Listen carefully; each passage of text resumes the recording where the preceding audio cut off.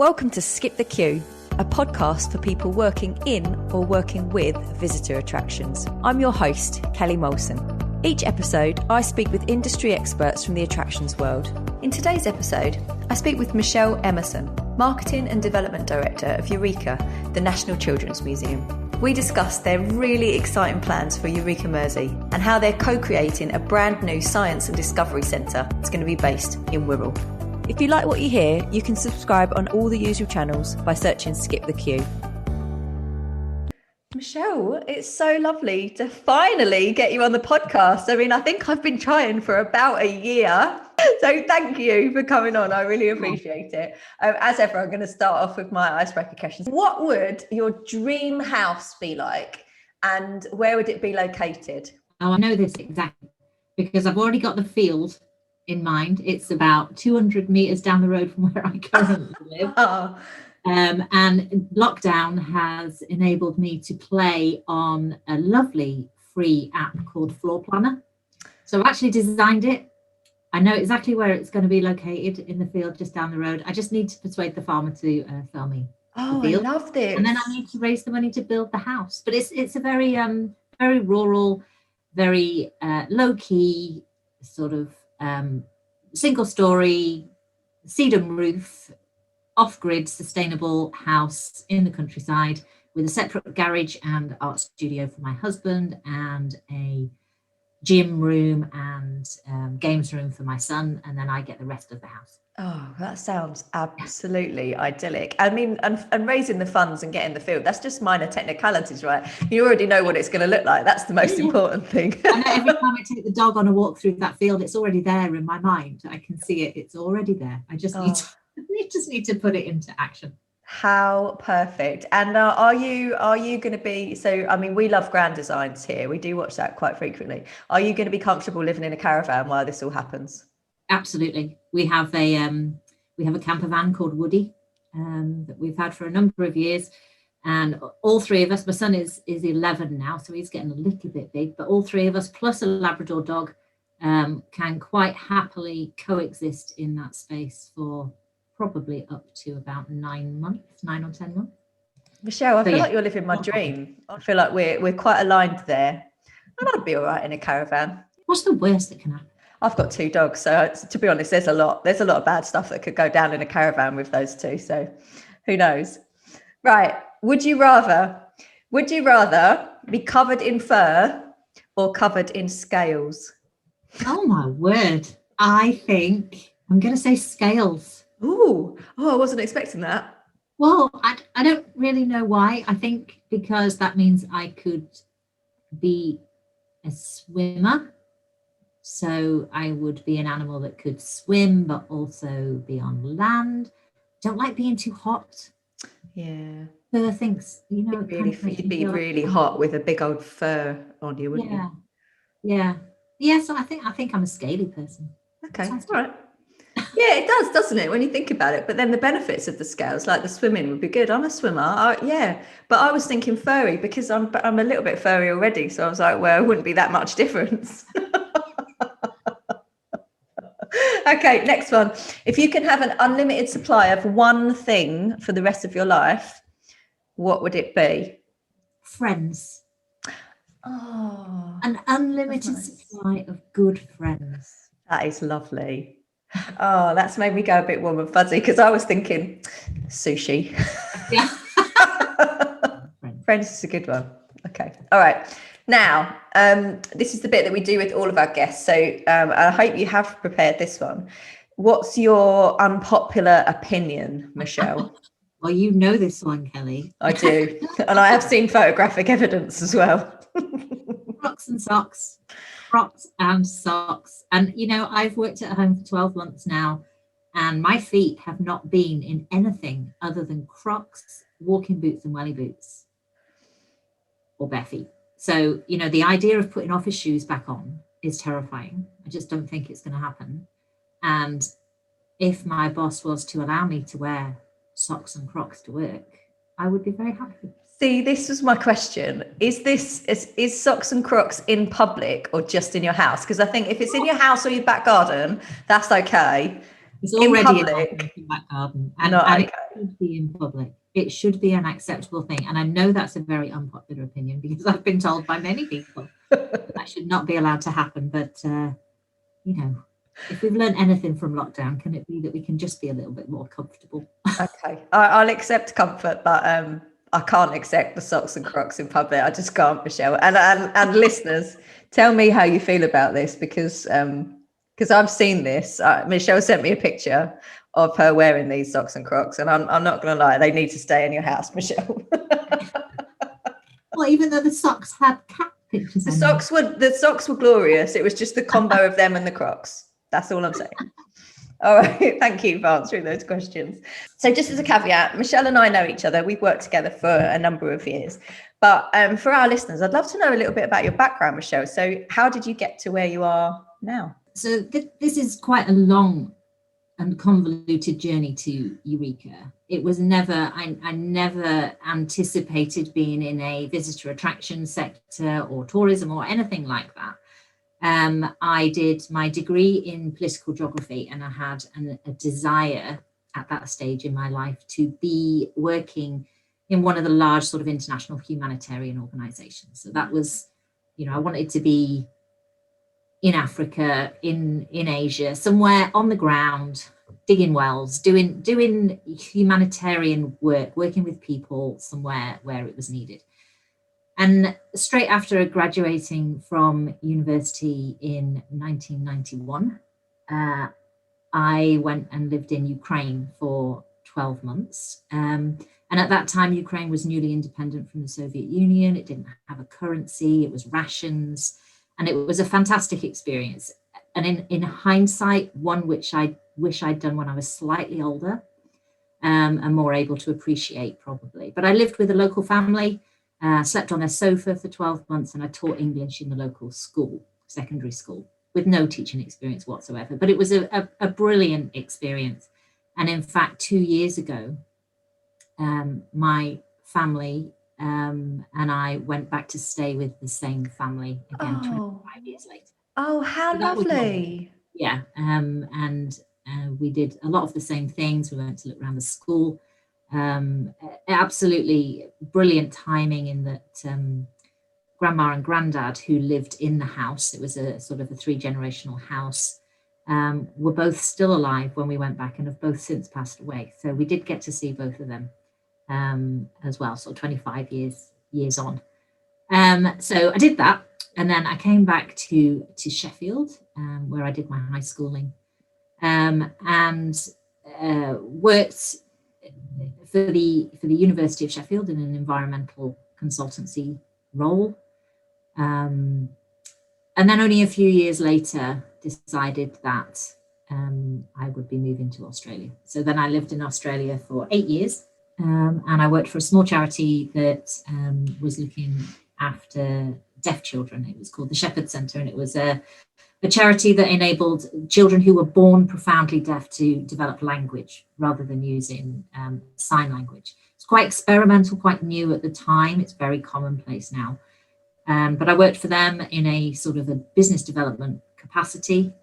One of the sponsors that we got on board at that organization was Microsoft. And eventually I moved over and I went to work for Microsoft in Australia, reporting into a regional head office in Singapore, managing their what was called Microsoft Authorized Refurbisher program at the time, which was about getting old computers and PCs and hardware back from the big corporations, refurbishing them, relicensing them, and sending that to schools and charities and so on. So I did that for a number of years, and then, long story short, decided that I wasn't going to end up living in Australia forever. So I'd been there for about 8 years at this point. Packed up my stuff, put my backpack on, went and traveled around Southeast Asia for a year, during which time I decided I would make the decision as to whether I was going back to Australia or going back to the UK. And made that decision and arrived back in the UK, back to Sheffield, and then started working for the National Association for Voluntary and Community Action, a membership organisation called NAVCA. Did that for 5 years. and again, a business development sort of role. And then the opportunity came up at Eureka, the marketing director role there. And I went for it. And the rest, as they say, is history. I've been there 10 years now. 10 years. 10 years. And it is, so Eureka for me it's such a magic place. There is this real, I know, whenever I talk about Eureka, I have a really huge smile on my face, because there is just something, it's just something magic about it. When you get there, the air just feels like it's filled with excitement. It's such a special place. So what I always find is when I say, oh, we work with Eureka, the National Children's Museum, it's amazing. And then people it's hard to describe what Eureka is, because you've got museum in the title. There's that assumption that it's, oh, well, is it like the Children's Museum, Bethnal Green Children's Museum? And it's like, well, no, actually, it's all about play. You can touch everything, and it's incredible. Like, they've got this massive nose, and you can shove your head up it, and there's bogies up there. And it's great. But it's a hard concept to describe, isn't it? So how do you do that? So, like, share with our listeners how you kind of describe what Eureka is. So the concept of a children's museum is a North American concept. And if you go to North America, you will find a children's museum in pretty much every town and city there. They are a very established part of community life. And that's where the term museum comes from. That's what the term that they use. Our model is based on that, and therefore that historically is the term that we have used as well. But a children's museum is not a collections-based museum. There is nothing historical in the museum as people might traditionally expect. It is a visitor attraction for children aged 0 to 11 and their parents. We are all about family learning, family engagement, having fun together as a family with your siblings or your parents or grandparents, and developing a sort of a lifelong love of learning and visiting cultural attractions, and sort of developing that pathway to further opportunities in more traditional cultural attractions, perhaps as they get older, or developing a confidence in being in spaces and learning about things that they enjoy, and that is done through the medium of play. At Eureka, there are galleries, but each gallery is very much based around something that's very familiar to children. So our biggest gallery is called All About Me, and as most parents out there will know, children aged and any age up to 11 are absolutely fascinated by themselves. It's the thing that is most familiar to them. They want to understand. And they're fascinated by, sick and poo and bogies and all of those things. As am I still, clearly. As are a lot of adults. I can tell you, we get a lot of adults having a lot of fun at Eureka. And so putting them in a space where they can play with exhibits and with interactives that explain some of these things in a very playful, engaging way, just gives them a little bit of an insight into themselves, how they interact with the world around them, how the world impacts on them and their decision making, and so on. So it's all very playful, it's all fun. You won't find any sort of curriculum based learning. It's all sort of learning by stealth. And a lot of people will come to Eureka 2 or 3 times a year as the kids get older, and find something new each time as their understanding of the world sort of changes with their age and what they're engaging with at school. So there's something for everyone, pretty much from babies through to 11 years old, through to 43-year-old adults. I'm not gonna lie. I mean, it was a while ago that I first visited. It's probably about 4 or 5 years ago, but I can remember Paul and I coming up and kind of being a little bit let loose, have a look around and see what you feel about it. And I just thought, this is great, because we were trying out all of the things. We were doing what was the longest jump, and I can remember putting my shoes into the world's biggest shoes, and just doing all of those things. It's just like I say, it's just such an engaging and a magic place, and it just feels like a really special place to be. So I can imagine working there every day is a really great feeling with the people that you're surrounded with as well. Yeah, it's a very fun place to work, even behind the scenes. You don't create experiences like that for other people without having fun with it yourself. No, not at all. And I know you are all a very fun bunch. I want to ask, so there's loads of stuff that I want to talk about for future. So you've got some really exciting plans coming up, and I want to focus on that, but we can't really talk about that without kind of just taking a bit of a snapshot of where we're at the moment. So how has it been for you? It's been a really challenging time. You've been closed down, you've been open again, you've been shut again. It's really tough. How has it been for you through those lockdown periods? It's been challenging. I mean, I think there wouldn't be a single organisation in the sector that wouldn't say that, you can't use the word unprecedented because it's overused now, but this has been something that is off the scale and nobody could have predicted or planned for, perhaps more so than putting something away for a rainy day kind of thing.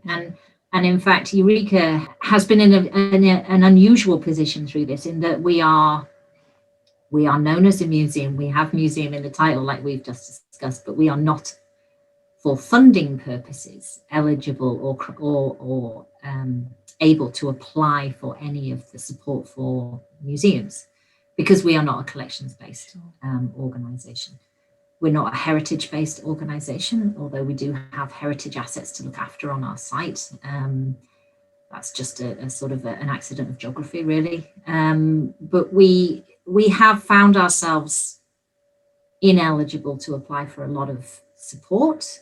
But saying that, the furlough and the business support has been absolutely crucial to supporting us over the last 12 months. And it has made a massive difference to how we see the future. We are now looking at not being able to open until the end of May, which misses some key dates in the diary for us, as it does for everybody else.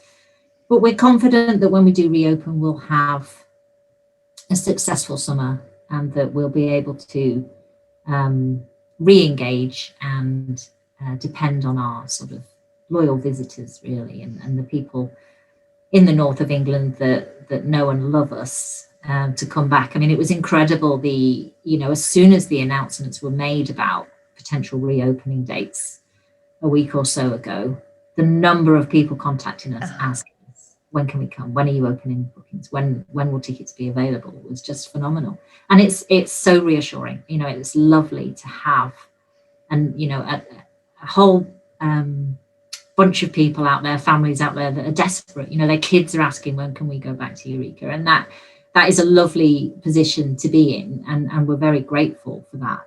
And we will do our very best to get open as soon as possible and to provide those lovely experiences. Families are going to need it more than ever. Oh, for sure. I mean, people are desperate for experiences. We've been shut away in these four walls for such a long time. I do think that there's going to be a huge resurgence in experiences and people wanting to visit attractions. But I think, you noticed that last summer. You said about your loyal visitors. I mean, you have an annual pass scheme at Eureka, which is incredibly good value. And I mean, I think when you opened again last summer, I mean, you were practically sold out every single day, weren't you? The time slots were booked, and the people that were wanting to come back, it was pretty overwhelming, wasn't it? But fabulous. Yeah, it was. It was an unknown. Eureka have never operated a pre-booking system. It is an annual pass model, so people have their free tickets that they can come back as many times as they want within the year. They don't need to pre-book that. There's no exclusions. They can come back holidays, half-term holidays, whenever. We've been operating Eureka for 28 years. We know our visitor patterns very well. We know what difference the weather makes, and all those sort of things that we can predict at the beginning of the day what the day is going to be like. We've never done a pre-booking or a pre-ticketing system, and so that was an unknown. And obviously the caps on the number of people able to visit every day are lower than they would have been previously.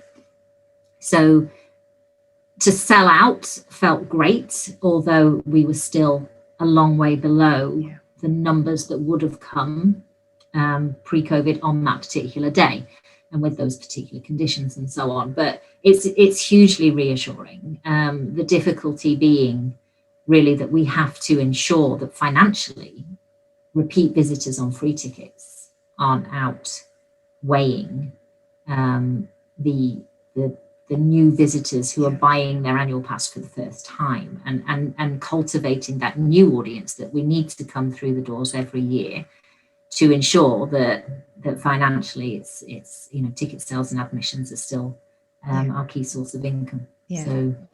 So yes, it's a balancing act, but we were absolutely thrilled and so reassured that all the work that we put in before opening last summer to making sure things were safe for visitors and to making sure the ticketing system worked and all the admin behind that worked, and that people were going to have a stress-free experience rather than imagining, it's all very restricted and not everything's open and, it's all one-way systems and all the rest of it. We got the balance right, we feel, and visitors reported back that we got the balance right on that.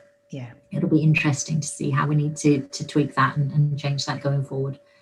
And it's too early to make plans, really, it feels at the moment, because we just don't know what it's going to look like even at the end of May, though it's nice to have a date. It's nice to have a date to work to, but that must feel really good that there is like kind of something to be working towards. It's been so long that you've just been in a kind of like, well, we just don't know, we can't plan for anything. It might be a couple of weeks, it might be another 3 months, but it must be really good to have that.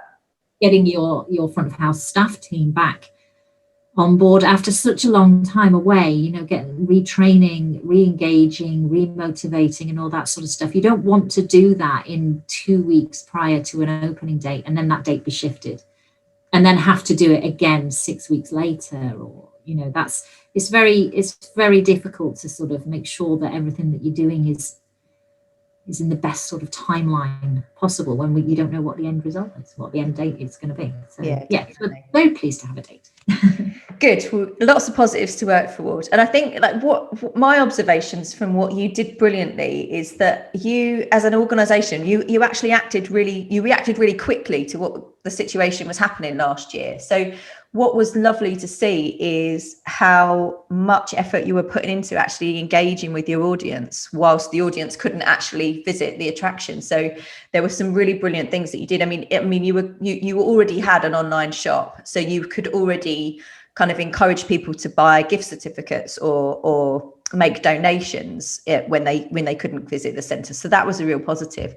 But what I loved was the Eureka at Home section that got we threw that up really quickly, but it was like, right, there's loads of the parents and kids and they're stuck at home.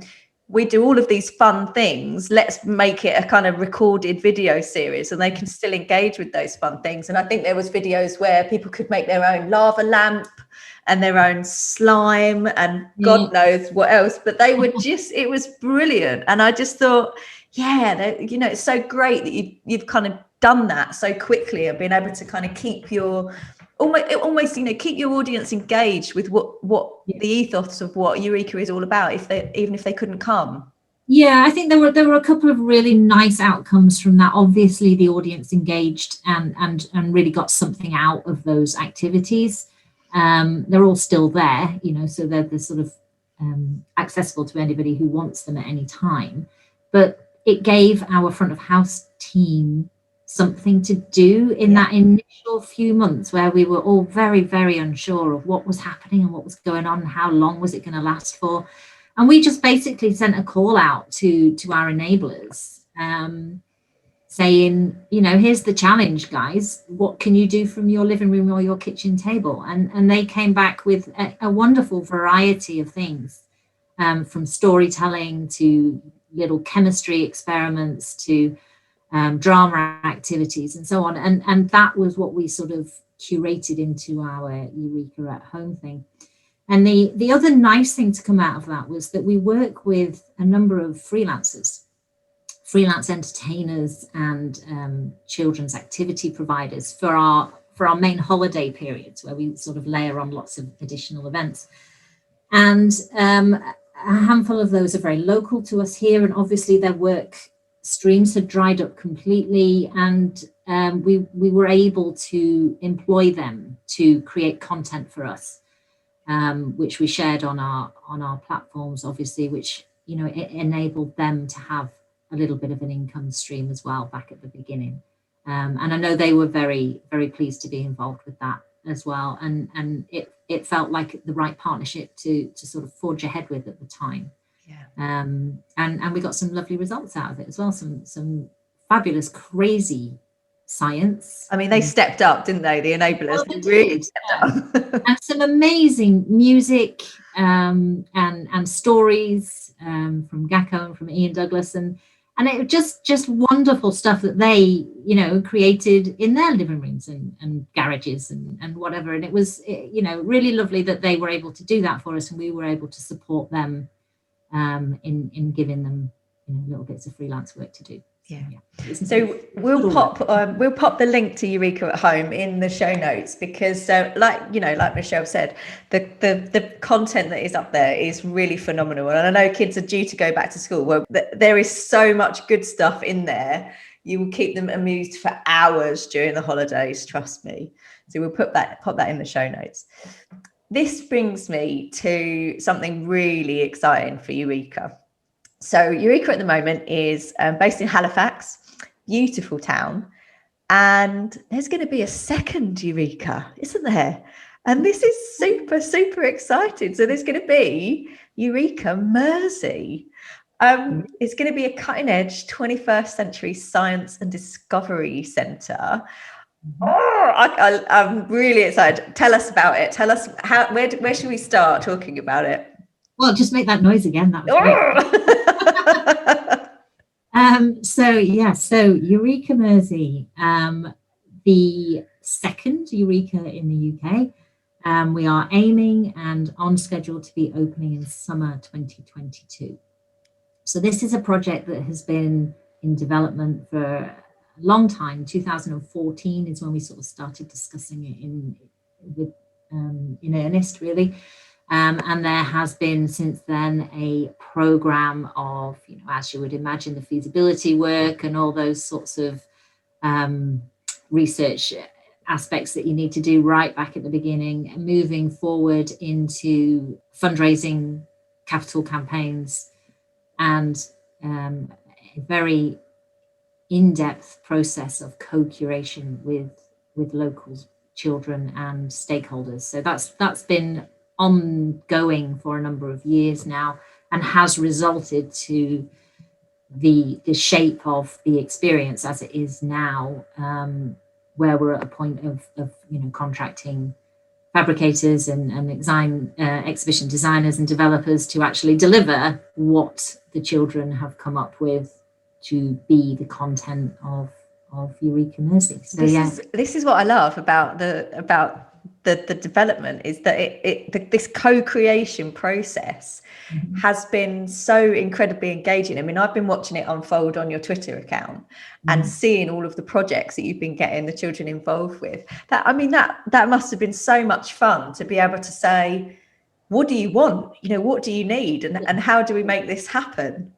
Yes, you don't start with a blank piece of paper necessarily, because one of the reasons why opening Eureka in Merseyside in Wirral is an exciting project for Eureka is that everything else sort of falls into line. So the Combined Authority in Liverpool City region have been incredibly supportive right from the beginning, and their regional development plans and their focus and their energy and their drive and their money is being put behind, you know, a key set of themes, all of which we are able to demonstrate that we can deliver outcomes against with opening the new Science and Discovery Centre for young people. So we know the sort of the themes and the industry in the area and the pathways to work that will be created through engagement with children at that young age, that will be beneficial for the region as a whole. And so working within those sorts of parameters, we're able to then go out to to schools and youth centres and young people in the area and say, you know, this is going to be your space. This is going to be about you. It's going to be about your futures and what you want to achieve and what you want to see. And the industry that's around you and the opportunities that are around you, which for many of them were unknown. How do we engage you? How do we get you to take your first steps, or, you know, maybe kids who are more engaged to take the further steps into developing their knowledge and their experience and their passion for these things that can open up lots and lots of doors for them in the future. So the co-creation has been incredible in delivering some of those things. It's all done with a very Eureka kind of expertise and hat on. Obviously, it's the experience will be delivered in a very Eureka way. It's all fun and humor and surprise and excitement. But it is more so topics that children in the age range of 6 to 14, so older than we engage with in Halifax, will be thinking about, will be exploring. You know, climate change being one of the big ones that all kids of that age are really engaged with at the moment, and rightly so. And what do they see their place in the future in that sort of sphere being, and what can they do, and what should they be doing, and what can they encourage other people to do, and so on. So there's those sorts of things that you're trying to unravel with children who maybe have very little engagement at school. They have families with multi-generational unemployment. What can we do with and for them to improve some of their life chances? And you know, that's another one of the reasons why Eureka is being located in the Wirral, you know, an area with a number of multiple deprivations in the local communities, which is one of our strategic aims, is to reach those families. You know, we are very lucky in Halifax in that 20% of our audience come from very disadvantaged postcodes, and yet they still want to engage with us. We might be the only visitor attraction or museum or cultural engagement that they have in their lives, you know, especially in their young lives. And that is something that we really want to continue to provide with the new Eureka in Wirral, is to make sure we're reaching the people that can really benefit. Yeah. And it will have, I mean, I'm assuming it will have the same kind of ethos as Eureka Halifax, in that it will be learning through play and experiments and that kind of thing. So it will be very hands-on centre. So it's all hands-on. I would say that, you know, the older age range in Eureka Mersey, so the sort of the target audience is slightly older, and therefore the play will be slightly different, but it is that same sort of ethos in that you won't walk into Eureka and be confronted with a panel of text that tells you something about A, B, or C. It won't be like that. You will get a chance to explore, discover, experiment, push buttons, pull things, do some digital gameplay or coding, or you know, there's a whole variety of things that are appropriate for that age range, that will, you know, be akin to how they want to learn and how they want to engage and how they want to spend a fun afternoon, you know, with their family or their friends or whoever. So I guess the exact specifics are they're under lock and key at the moment, are they, Michelle? You can't give us any snippets into what's going to be in there. It's not exactly under lock and key, but we will be starting to reveal some of the content from April this year onwards, and we'll be building our new websites and so on. Over the course of this year. Obviously there is a website there at the moment that talks a lot about the co-creation process and a lot of our partners and funders and so on, and the involvement of local companies and organizations in getting us to the point that we're at now, which has been, you know, incredibly valuable in supporting the work that we've done. So all of that stuff sits on the website, the Eureka Mersey website at the moment, and we'll be doing a lot of work in starting to reveal some of the exciting content. So we'll put all of the links to that website in the show notes, because you are definitely going to want to go and have a little look and see how the site has developed so far. And I am definitely going to be checking in after April to find out what's coming next, because I can't wait to come and visit. Michelle, thank you. I think this is this is such a positive for not only for Eureka, not only for all of you that work there, but for the industry itself, to know that there are these wonderful new attractions coming and that they're going to do such amazing things for the local communities that they're involved with as well. So thank you for sharing all of that today. I really appreciate it. We always end the podcast by asking for a book recommendation from our guests. So I used to say, something that's kind of helped, develop your career in some way. But now I think it's just a book that you really love that you'd like to share with the visitors, so with our listeners even. So it doesn't need to be career focused. It can be whatever you like. Okay, so I do read a lot. I am an avid reader, and I guess I read more for pleasure than I do for work. But I would say that the book I go back to more often than others is a book called Blueback, which is written by an Australian author called Tim Winton. It's a short book. It's a good Sunday afternoon book if you've got nothing else to do. It's less than 100 pages. And it's probably a sort of described as a modern fable, but it's about a young boy, and it sounds a bit strange, but his relationship with a fish.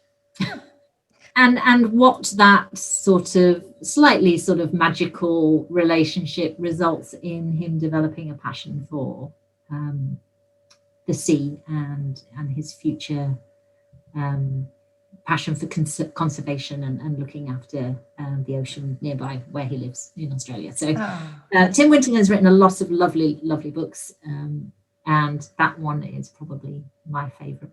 That feels like a really fitting book for what we've just talked about as well. That really like a perfect fit for, engaging with something and it becoming your passion in later life. I love that. So as ever, if you would like to win a copy of that book, if you head over to our Twitter account and you retweet this show announcement with the words, "I want Michelle's book," then you will be with a chance of winning it. Michelle, thank you so much for coming on and sharing today. I honestly can't get the picture of Michelle's Crocs in socks out of my head, so I might ask her permission to see if we can. Oh, she's giving us a little flash. Oh, look. Oh, listeners, you have to head over to our YouTube channel so that you can see that and not just hear me cackling about it. I was going to ask Michelle if she'd give me permission to share the photo that she sent me a few weeks ago, but she's done it for me. So that's the real deal, though. You see, that photo had socks. I might share that on our Twitter account. Michelle, thank you so much for joining us today. I really appreciate it. It's been lovely to have you on. It's been a pleasure, Kelly. Sorry it's taken me so long to agree. Thanks for listening to Skip the Queue. If you've enjoyed this podcast, please leave us a 5-star review. It really helps others find us. And remember to follow us on Twitter for your chance to win the books that have been mentioned. Skip the Queue is brought to you by Rubber Cheese, a digital agency that builds remarkable systems and websites for attractions that helps them increase their visitor numbers.